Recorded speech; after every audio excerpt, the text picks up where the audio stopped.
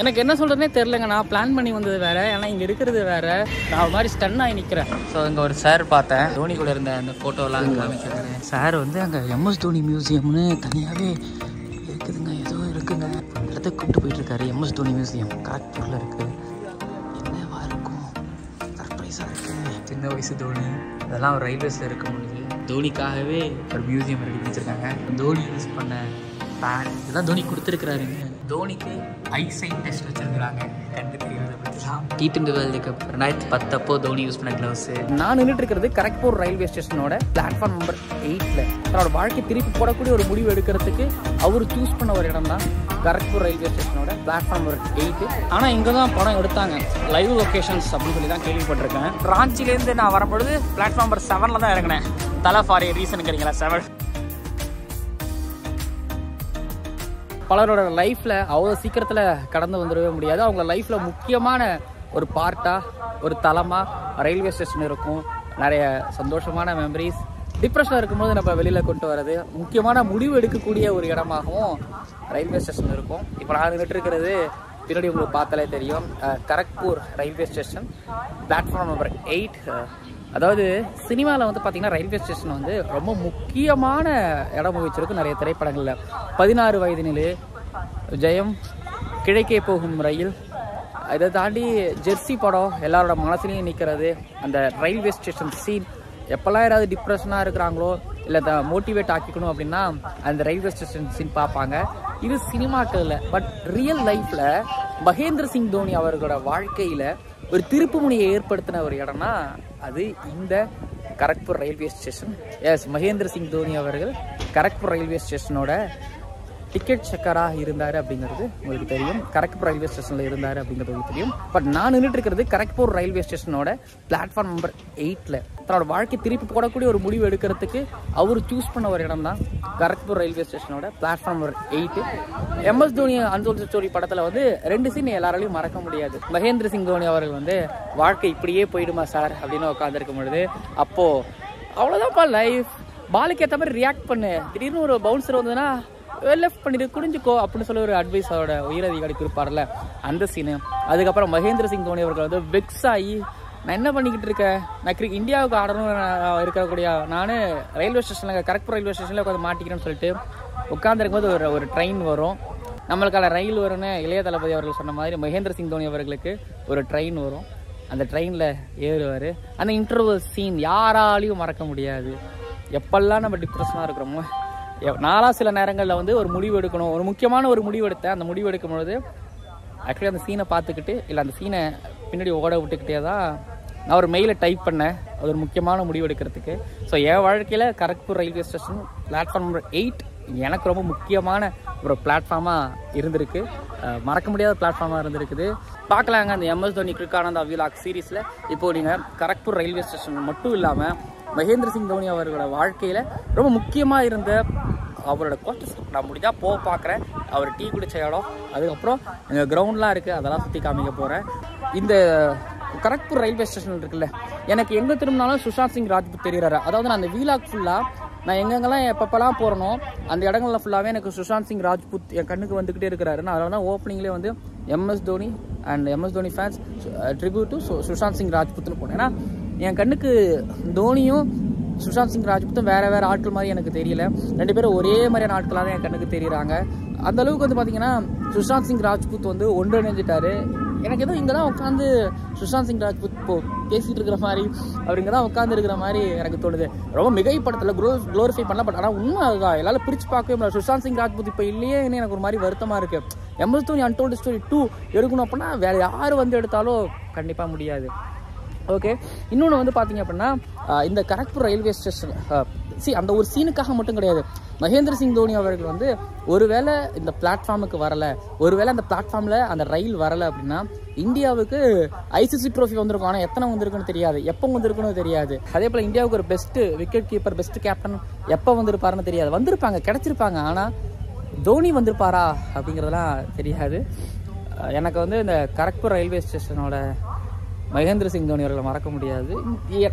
நான்லாம் வந்து சொல்லலைங்க, 2017-18 காலகட்டங்களில் அப்போ தான் சேனல் ஸ்டார்ட் பண்ணுறேன். அப்போ வந்து பார்த்தீங்கன்னா வாழ்க்கை இப்படியே போயிடுமா சார், நானும் ஸ்டேட்டஸ் போட்டவங்க தான். என்னோட இன்ஸ்டாகிராம் அக்கௌண்ட்டில் போய் இன்னும் பழைய அக்கௌண்ட்டில் தேடி பழைய வீடியோ இருக்கலாம், பழசில் போய் தேடி பாருங்கள். வாழ்க்கை இப்படியே போயிடுமா சார்னு சொல்லி நானும் ஸ்டேட்டஸ் போட்டவங்க தான். என்னை புஷ் பண்ணுச்சு. ஓகேங்களா, தோனி எல்லார் லைஃப்லேயும் தோனிக்கு வந்த மாதிரியான ஒரு தருணம் வரும். அதிலிருந்து யார் வெளில வரா அப்படிங்கிறதான் முக்கியம். எம்எஸ் தோனி அவர்கள் இந்த பிளாட்ஃபார்ம், அதாவது பிளாட்ஃபார்ம் நம்பர் 8 இருந்து தான் வந்து தோனி வெளியில் வந்தார். நிறைய தோனி ஃபேன்ஸ் அவங்க இங்கே வரணும்னு நினைப்பாங்க, இங்கே வந்து ஃபோட்டோ எடுக்கணும்னு நினைக்கக்கூடிய ஒரு இடம் தான் இந்த கரக்பூர் ரயில்வே ஸ்டேஷன். ஸோ இங்கே தான் நான் நின்றுட்டு இருக்கிறேன். கண்டிப்பாக சொல்கிறேன்லங்க, எனக்கு அந்த படம் ரிலீஸ் ஆகும்போதெல்லாம் வந்து இந்த இடத்துக்கு வரணும். ஏன்னா ரயில்வே ஸ்டேஷனில் அந்த சீனு அது வேறு மாதிரிங்க. அந்த சீனை பொறுத்த வரைக்கும் அப்படி ஒரு சீன். அது சாதாரண இடம் கிடையாது. என்னை பொறுத்த வரைக்கும் இது சாதாரண ஒரு இடம் கிடையாது. ஒரு வயசு ஒன்று இருக்கும், அந்த 23-24 வயசு ஒன்று இருக்கும். அப்போ நம்ம அதை ஒரு முடிவு எடுக்கலை அப்படின்னா நம்ம காலி. அப்போ வந்து தோனி அவர்கள் எடுத்த ஒரு முடிவு தான் இந்த பிளாட்ஃபார்மில், அதாவது பிளாட்ஃபார்ம் 8 எடுத்த ஒரு முடிவு தான், கரக்பூரில் எடுத்த அந்த முடிவு தான் இப்போ அவர் வந்து வேறு இடத்துக்கு கொண்டு போயிருக்கு. ஸோ டெசிஷன் மேக்கிங் ரொம்ப முக்கியம். நான் ஓரளவு இப்போது யூடியூப்பில் பண்ணிக்கிட்டு இருக்கிறேன். Thank you Mahendra Singh Dhoni and thank you Sushant Singh Rajput and MS Dhoni and தோல் ஸ்டோரி. ஸோ பார்க்கலாம் நிறைய கரக்பூர் ரயில்வே ஸ்டேஷனை உங்களுக்கு நிறைய காமிக்க போகிறேன்.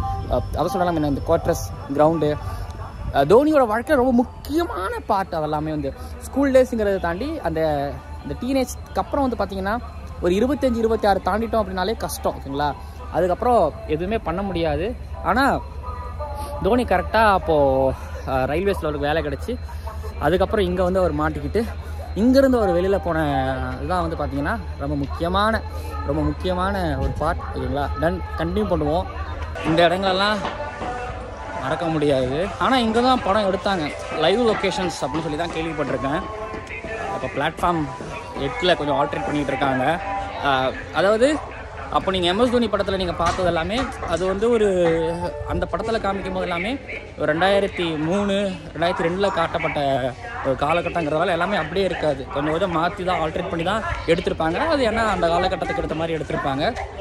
இப்போது நீங்கள் பார்க்குறது சுத்தமாக இருக்காது. சரிங்களா, பட் சில விஷயங்கள் இன்னும் அப்படியே தான் இருந்துக்கிட்டு இருக்குது. இப்போ வந்து மக்கள் இங்கே நிறைய பேர் இருக்கிறாங்கல்ல. ஆனால் அப்போல்லாம் வந்து பார்த்தீங்க அப்படின்னா இங்கே கண்டிப்பாக இருந்திருக்க மாட்டாங்க. ஏன்னா அப்போது 2003 வந்து 8 பக்கமும் 8 பிளாட்ஃபார்ம்லேயும் ட்ரெயின்லாம் போகாது. இப்பயும் பாருங்களேன், இந்த பிளாட்ஃபார்ம் 8ஆம் நம்பர் பிளாட்ஃபார்ம் கடைசி பிளாட்ஃபார்ம், அதுக்கு பக்கத்தில் இந்த பக்கம் பாருங்கள் கூட்ஸ் வண்டியில் நிற்கிது பாருங்கள்.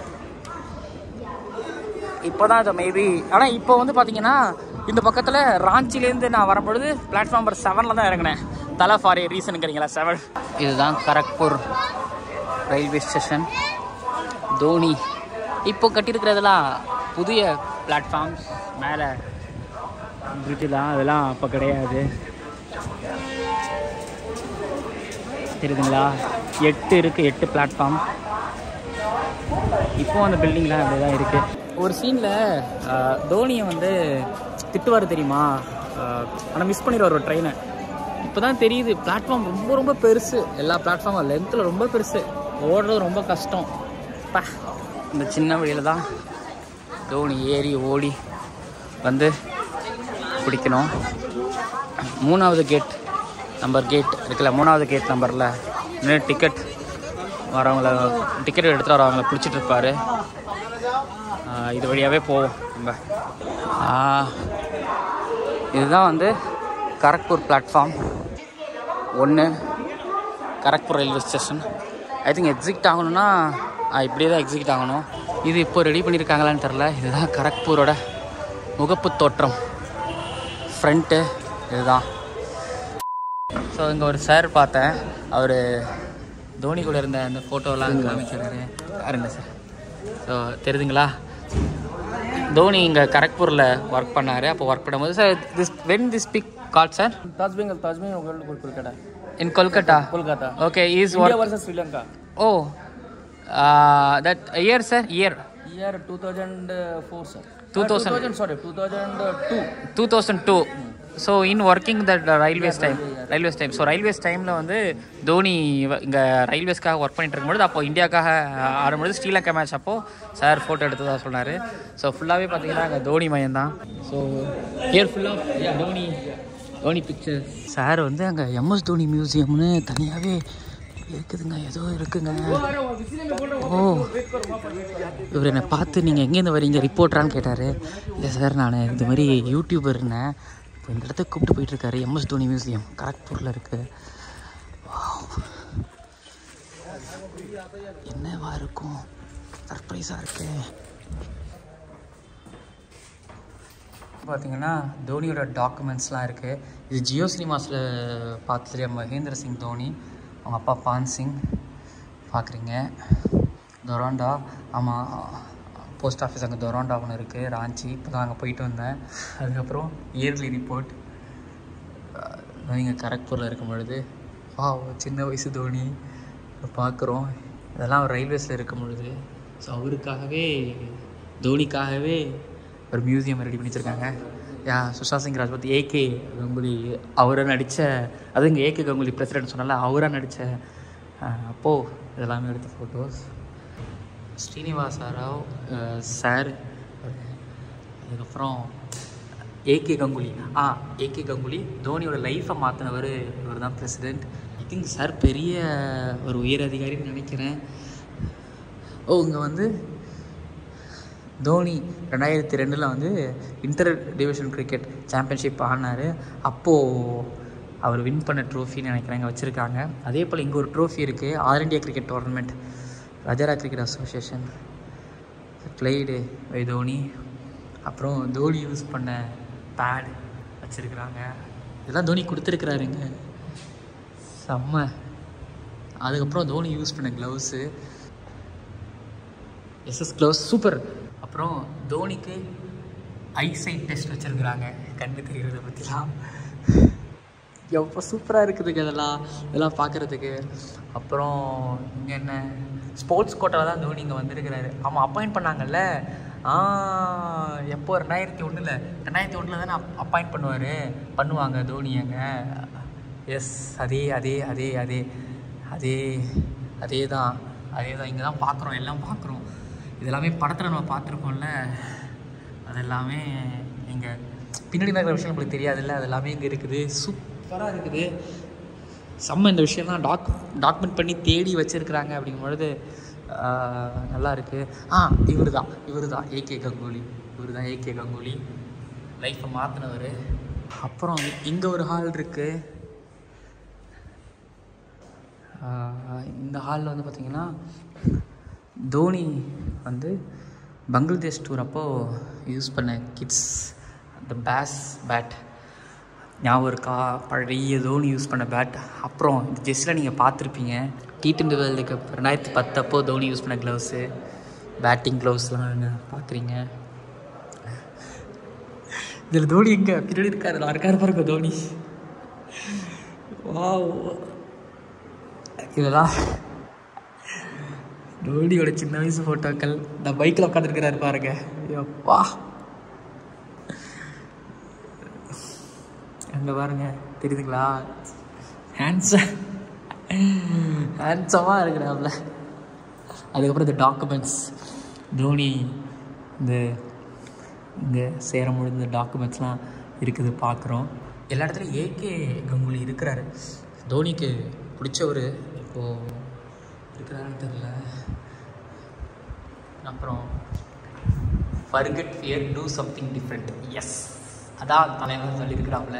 இதுதான் வந்து Dhoni's association with Kharagpur division period 2001 to 2004. Shri Mahendra Singh Dhoni president captain of cricket team இருக்குது, போட்டிருக்குது, நிறைய போட்டிருக்குது பாருங்கள், படித்து பாருங்க. நீங்கள் ஏகே கங்குலி அவர் தான் வந்து கொண்டு வந்தார் அப்படின்னு போட்டிருக்குது. Dhoni MS Coal India side scored century அடிச்சிருப்பாப்புல. அப்புறம் ஸ்போர்ட்ஸ் கோட்டாவில் உள்ளே வந்திருக்கிறார் 2001. Kharagpur division inter divisional cricket டோர்னமெண்ட்டில் 2 தடவை 2002 2003 ஆடி இருக்கிறாப்புல. அதன் மூலமாக இந்தியா ஜிம்பாப்வேக்கு உள்ளே போயிருக்கிறாப்புல ரயில்வேஸில் ஆனதுக்கப்புறமா. இருக்குது, எல்லாமே இருக்குது. தோனியோட டாக்குமெண்ட் எப்போது 19 வயசில் வந்திருக்கிறாரு நினைக்கிறேன். ராஞ்சி, ஜார்க்கண்ட் 1999 முடிச்சாரு ஸ்கூல்ஸ்லாம். Thank you so much sir. It's my pleasure because Dhoni, everyone knows Dhoni, but this is what music was nice. So seriously, so I say something Tamil. So என்னன்னா நான் முன்ன சொன்ன மாதிரி தாங்க, ஒருத்தவங்க வந்து ரயில்வேஸில் ஒர்க் பண்ணுவாங்க. ஆனால் அந்த ரயில்வேஸில் ஒர்க் பண்ணுறவங்களுக்கு வந்து அங்கே இருக்கக்கூடிய டிவிஷன்ஸ் எதுவும் பெருசாக பண்ண மாட்டாங்க. பட் எவ்வளோ பெரிய ரயில்வேஸ் நிறைய கிரிக்கெட்டர்ஸ் ஆடி இருக்காங்க. பட் கரக்பூர் டிவிஷன் அவங்க இது மாதிரி பண்ணும்போது சந்தோஷம். Thank you sir, thank you so much for this kind of museum. Thank you so much. Your name actually Srinivas. I am Srinivas. Okay sir. Sir இல்லைனா நான் வந்து குவார்டர்ஸ்க்கு வந்திருக்க மாட்டேன். சார் என்னை பார்த்து நீங்கள் ரிப்போர்ட்டரான்னு கேட்டேன். இல்லை சார் யூடியூபர் இருந்தேன். அதுக்கப்புறம் பார்த்து கூப்பிட்டு இங்கே வாங்க, நான் தோனியோட ஃப்ரெண்டு தான் சொல்லி கூப்பிட்டு அந்த ஃபோட்டோஸ்லாம் காமிச்சு இங்கே வாங்க குவார்டர்ஸ் சார் குவார்டர்ஸ்க்கு போகிறேன்னா இல்லை வாங்க அப்படின்னு சொல்லி நான் எதுவுமே சொல்லலை. எடுத்து seriously totally surprising sir, totally surprising.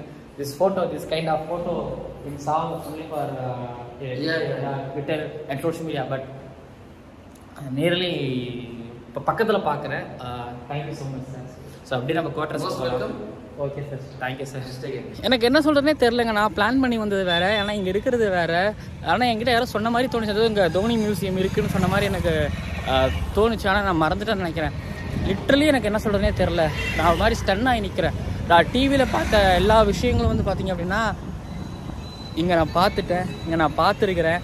Srinivasan sir, seriously thank you. நீங்கள் சொந்தக்காரங்க யாராவது பார்த்தாங்கன்னா அவருக்கு நீங்கள் வந்து கண்டிப்பாக அவருக்கு தமிழ் அதான் அவர் சொன்னார் ஆவடி எல்லாமே எங்கள் சொந்தக்காரங்க வீடு இருக்குது அப்படின்னாரு. ஒரு இடம் பார்த்தாங்க அப்படின்னா ரொம்ப தேங்க்ஸ் சொன்னதாக சொல்லுங்கள். ஸ்ரீனிவாசன் சார் இல்லைன்னா இது கண்டிப்பாக நடந்திருக்காது. நான் ஒன்று வந்து கரக்பூர் ஸ்டேஷன் வந்து இந்த கிரவுண்டை பார்க்கணும் தான் வந்தேன். ஆனால் நடந்தது என்னமோ வேறு லெவல், வேறு மாதிரியான விஷயங்கள் இங்கே நடந்துக்கிட்டு இருக்கு. லிட்ரலி நான் சின்ன வயசு தோனி ஃபோட்டோ பார்க்கும்போது சீரியஸ்லி எனக்கு தெரியும். எனக்கு சின்ன வயசு தோனி ஃபோட்டோ பார்க்கும்போது எனக்கு ஒரு மாதிரி நல்லா இருக்குது. சரிங்க, இப்போ அடுத்து குவார்டர்ஸ் போவோம். சரி, எல்லாத்தையும் தேடியே போவோம். எட்டே கேட்போம், சொல்லுவாங்க ரொம்ப தூரம்லாம் இருக்காது, பக்கத்தில் தான் இருக்கும். குவார்டர்ஸ்லாம் பக்கத்தில் தான் வச்சுருப்பாங்க. தேடி போவோம். கையில் இந்த ஒரு பேப்பர் இந்த நம்பரை எழுதி வச்சுட்டு அழைச்சிக்கிட்டு இருக்கேன். போய் கேட்டு பார்ப்போம். கண்டிப்பாக வந்து உள்ள அளவுலாம் பண்ணுறது எனக்கு வாய்ப்பு இருக்கான்னு தெரியல. பட் வழக்கம் நம்ம சொல்லி பார்ப்போம். சார் யூடியூபர் சார், சென்னையிலேருந்து வந்திருக்கோம் சார் அப்படின்னு சொல்லி, தோனி சார், சார் மணி சார் அப்படிங்கிற மாதிரி பேசி மரியன் தனுஷ் மாதிரி ஏதாவது பர்ஃபார்மன்ஸ் பண்ணி உள்ளே கேட்டு பார்ப்போம், போவோம். ஸோ வீலாக் பார்க்குறவங்களுக்கு இதில் என்னடா ஏன் இப்படி தெரிய அலையிற நாய் மாதிரி அலையிற அப்படின்னு நீங்கள் நினைக்கலாம். நாய் மாதிரிங்கிற வார்த்தை ஹாஸ்லாம் கிடையாது என்னை பொறுத்த வரைக்கும். அதெல்லாம் எங்கள் ஊரில் பழக்கப்பட்ட ஒரு வார்த்தை. உங்களுக்கு வேணால் அது வந்து அப்படி இருக்கலாம். நான் ஊரில் நாங்கள் அப்படி தான் பேசிப்போம். எதுவும் பொல்லாத வார்த்தைலாம் ஒன்றும் கிடையாது. நான் ஏன் இப்படிலாம் போகிறேன் அப்படின்னா, இப்போ அந்த படத்தில் தோனி ஓப்பன் பண்ணி அந்த ரெஸ்ட் ரூம் காமிப்பாங்க. அந்த ரூமை வந்து சொல்லுவாப்பில்ல, ரூம் பெருசாக தான் இருக்குது பரவாயில்ல அப்படின்னே இன்னும் 2-3 பேர் வருவாங்க. அப்போ இன்னும் ரூம் வந்து குட்டி ஆயிரும் அப்படின்னு சொல்கிறதுலாம். சரி, அந்த கஷ்டம் ஓகேங்களா, அதெல்லாம் பார்க்கணும். இந்த 664 எனக்கு அதெல்லாம் தாண்டி அவங்கள பின்னாடி ஒரு கஷ்டப்பட்டுருப்பாங்க, அதெல்லாம் பார்க்கணும், அதெல்லாம் கேட்கணும். அந்த ஸ்டோரிஸ் தான் எனக்கு ரொம்ப பிடிக்கும். அதெல்லாம் நீங்கள் பார்க்கணும். அதை பார்த்துட்டு ஃபேன் ஆகணும். நான்லாம் அதை பார்த்து தான் நான் ஃபேன் ஆகணும். எல்லாருக்கும் எடுத்துனே டக்குன்னு 6-4 அடிச்சிட்டாங்களாம் ஃபேன் ஆகணும். அந்த கஷ்டம் பின்னாடி இருக்கிற ஒரு கஷ்டம் அது ரொம்ப பிடிக்கும். இதை பார்த்து தான் நான் சாப்பிட போகிறேன். இன்னும் சாப்பிடல, காலையில் இருந்து இதை பார்த்து தான் நான் சாப்பிட போகிறேன். ஒரு குட்டே பிஸ்கட் தண்ணி குடித்தேன், அவ்வளோதான். ஐயோ, நேரம் வேறு இல்லை 5:20க்கு ட்ரெயின். சரி, கொஞ்சம் முன்னாடியே உள்ளே போய் இருக்கணும். முன்னாடியெல்லாம் பிரச்சனை இல்லை, பட் இருந்தாலும் உள்ளே போய்ட்டு எந்த பிளாட்ஃபார்மில் தேடணும். நான் அலைஞ்சிக்கிட்டே இருக்கேன், இன்னும் வீடு பார்க்கல. அப்புறம் தினுக்கிட்ட கேட்டேன். தினேஷ் மேத்யூஸ், தம்பி எங்கப்பா லொக்கேஷன்னு? அண்ணே லொக்கேஷன் அனுப்புறேண்ணே, ஆனால் அது வந்து இப்போ எப்படி இருக்குன்னு தெரியலண்ணே அப்படின்னு. நீ லொக்கேஷன் அனுப்பியான்னு சொல்லி கேட்டு கடைசியாக நான் பெருசாக அந்த மேப்பை லொக்கேஷன்லாம் பெருசாக நம்ப மாட்டேன். பட் கடைசியாக சரி தினுவை நம்பினேன். சரி தினம் அப்படின்னு அனுப்பியிருக்கிறாப்புல. போவான், அதில் கிடைக்கலன்னா அவ்வளோதான், நான் நேராக ரயில்வே ஸ்டேஷனுக்கே ஓடிடுவேன். பார்ப்போம், முயற்சி திருவினையாக்கும், முயன்றால் சாதிக்க முடியும். எங்கே நம்ம போகிறோம்? தோனியே தான் பழைய குவார்டர்ஸ்க்கு போகிறோம். தோனி இங்கே தான் மேட்ச்லாம் விளையாட்டு டீ சாப்பிடுவார் அப்படின்னு சொல்லுவாங்க. இங்கே தான் டீ சாப்பிடுவோம். அங்கே வழியாக வந்துட்டு இங்கே வந்தானா வந்துடலாம். ஸோ பக்கத்தில் தான் இருக்குது சொல்லுவாங்க. இங்கே தான் சமோசா டீலாம் சாப்பிட்றோன்னு சொல்லிட்டு போவோம். கடைசியாக தோனி தங்கியிருந்த குவார்டர்ஸ் பார்க்க முடியல. இருக்குதா இல்லையா? ஒரு பையன் யூடியூப் விலாகில் போட்டுருக்கிறாப்புல 3 வருஷத்துக்கு முன்னாடி. ஒன்று அந்த நம்பர் ஃபேக்காக இருக்கணும், இல்லை வீடு ஃபேக்காக இருக்கணும், கண்டிப்பாக நம்பர் ஃபேக்காக இருக்க வாய்ப்பு இல்லை. ஏன்னா வீடுன்னு ஒன்று இருக்குது அப்படிங்கும்போது அப்போ கோட்ரஸும் கண்டிப்பாக இருந்திருக்கணும். நான் சரியாக தேடலை. நான் எங்கெங்கேயும் சுற்றி பார்த்தேன், கடைசிக்கு என் கண்ணுக்கு அது சிக்கவே இல்லை, சுத்தமாக சிக்கவே இல்லை. ஸோ அதனால் நான் வந்து ஓகே கிளம்புறேன். கால் ரொம்ப வலிக்குதுங்கிறத தாண்டி ட்ரெயினுக்கு ரொம்ப நேரம் ஆகிடுச்சு. எல்லாத்தையும் பார்த்தேன், கடைசியில் நான் தேடி வந்தது என்னால் பார்க்க முடியல. நான் கோட்ரஸ் தான் பார்க்கணும்னு நினச்சேன்னா அந்த கோட்ரஸ் ரொம்ப சின்ன கோட்ரஸ். பேச்சுலராக நீங்கள் தங்கியிருந்தீங்க அப்படின்னா உங்களுக்கு தெரியும் அது எப்படின்னு. ப்ளஸ் அந்த கோட்ரஸில் தான் தோனி அப்படியே ரொம்ப நேரம் ரொம்ப நாள் டென்ஷனாக இருக்கிற மாதிரி எல்லாமே சீன்ஸ்லாம் வரும். 2003 world cup final Sachin out நானே எழுந்திரிச்சு போயிட்டு அவர் டீ போட்டு குடிப்பார், அது ஒரு மாதிரி ஃபீல் பண்ணிவிட்டு அதெல்லாமே தெரியும். ஓகே அந்த இடம் பார்க்கணும், ரொம்ப ரொம்ப ரொம்ப பார்க்கணுன்னு நினச்ச ஒரு இடம். நான் சும்மா ஒரு பெட்டு, அதில் லைட்டாக ஒதுங்கிறதுக்கு ஒரு இடம், அவ்வளோதான் இருக்கும். அந்த மாதிரியான ஒரு இடம், அந்த இடத்த பார்க்க முடியாமல் போயிடுச்சு.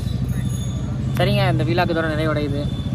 கண்டிப்பாக இப்போ தோனி ஃபேனாக நீங்களாம் இங்கே வந்து பார்க்கணுன்னு ஆசைப்பட்றேன். தோனியோட பழைய வீடு அதெல்லாம் நீங்கள் கண்டிப்பாக போய் பார்க்கணும். கிணத்து ஸ்டேடியம் போய் பார்க்கணும். ஜம்ஷத்பூர் தெரில, அது ஒரு யுவராஜ் சிங் ஃபேனாவோ தோனி ஃபேனாவோ தான் நீங்கள் போய் பார்க்கலாம். அப்புறம் கரக்பூர், கண்டிப்பாக நீங்கள் கரக்பூர் வரணும்.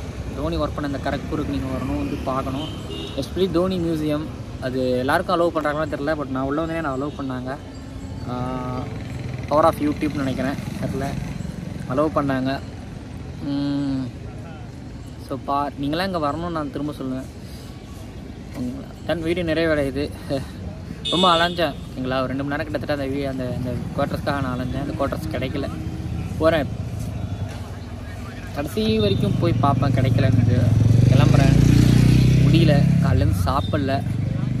அது ரீசன் தாண்டி கால் ரொம்ப வலிக்குதுங்க, எல்லாமே வலிக்குது அதுதான் சொல்லணும். சரி ஓகே, மறக்காமல் சப்ஸ்கிரைப் பண்ணுங்கள். உங்களுக்கு எந்தளவுக்கு இந்த வீலாக் பிடிச்சிருந்து சப்ஸ்கிரைப் பண்ணுங்கள். அடுத்ததாக கடைசியாக பாட்னா மொயின் ஹக் ஸ்டேடியம் போகிறேன். அதுதான் கடைசி தோனி வீலாக் சீரீஸில் தான் கடைசி. சரி ஓகே, பாய். சப்ஸ்கிரைப் பண்ணுங்கள், பக்கத்தில் பெல் ஐக்கான் பார்க்கலாம். பாய்.